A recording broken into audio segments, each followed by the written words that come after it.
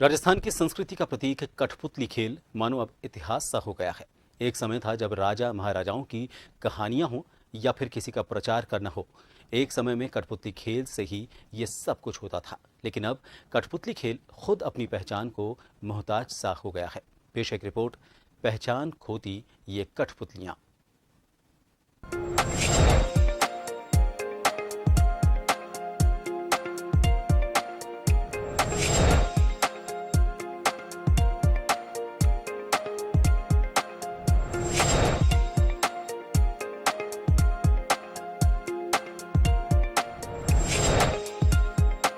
ढोल मंजीरों पर थिरकती उंगलियां और उन उंगलियों पर लिपटे धागों से बंधी कठपुतलियां राजा महाराजाओं की कहानियों के साथ साथ हम सबको कितना कुछ सिखाती थी, बताती थी। इतना ही नहीं, न जाने कितने कवियों और शायरों ने कठपुतलियों पर अपनी रचनाएं लिखी हैं।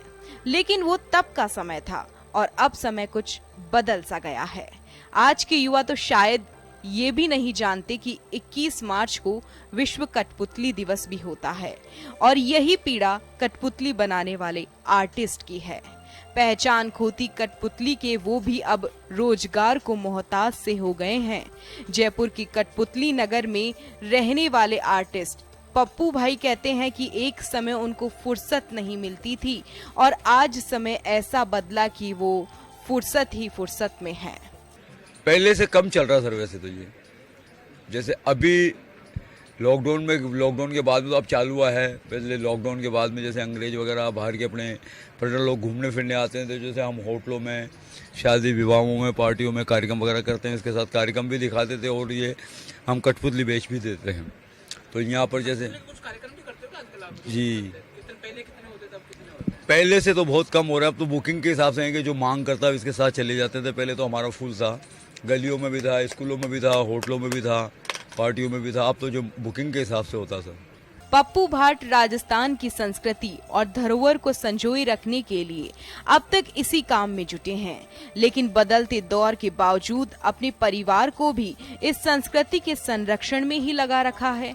पप्पू भाट के बेटे आर्थिक युग की दौड़ से परे पिता के साथ लकड़ी के चेहरे को आकार देने में ही जुटे हैं। हमारे परिवार के सारे जुड़े हुए हैं। रोजगार तो बहुत है, पर हम इस कला को जिंदा रखना चाहते हैं क्योंकि ये हमारी खानदानी कला है।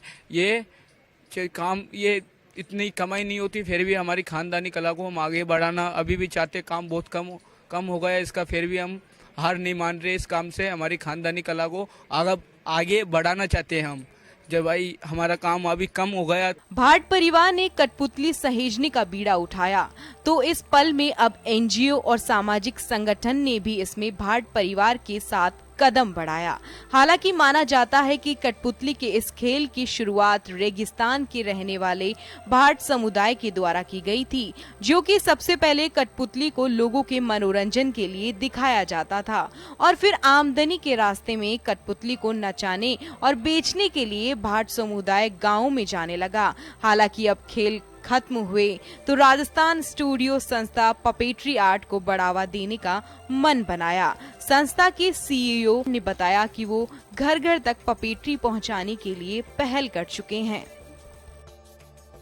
हमारा कोशिश ये है कि कल्चर को क्रिएट करके वो एक एनवायरनमेंट बना के इकोसिस्टम में अगर बदलाव करेंगे तब जाके लोगों को उत्सुकता बढ़ेगी तो लोग और कंज्यूम करेंगे, लोग और जानेंगे और उससे देखा देखी होती है। देखा देखी से तो आपको पता ही है कि लोग और जानना चाहेंगे और इसमें फिर क्रिएटिव डिजाइनर्स और इनोवेटर्स क्या करते हैं, पपेट्री के माध्यम से बहुत आप सोचिए, क्या आप कभी सोचा है कोई fashion show puppet fashion ramp walk puppet से हो? कोई भी सोच सकता है, पर किसी ने किया नहीं।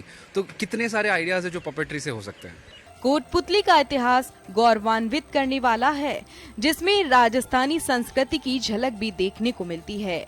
आओ हम सब भी मिलकर राजस्थान की गौरवान्वित करने वाली संस्कृति को संजोने की मुहिम में जुटे ताकि पहचान खो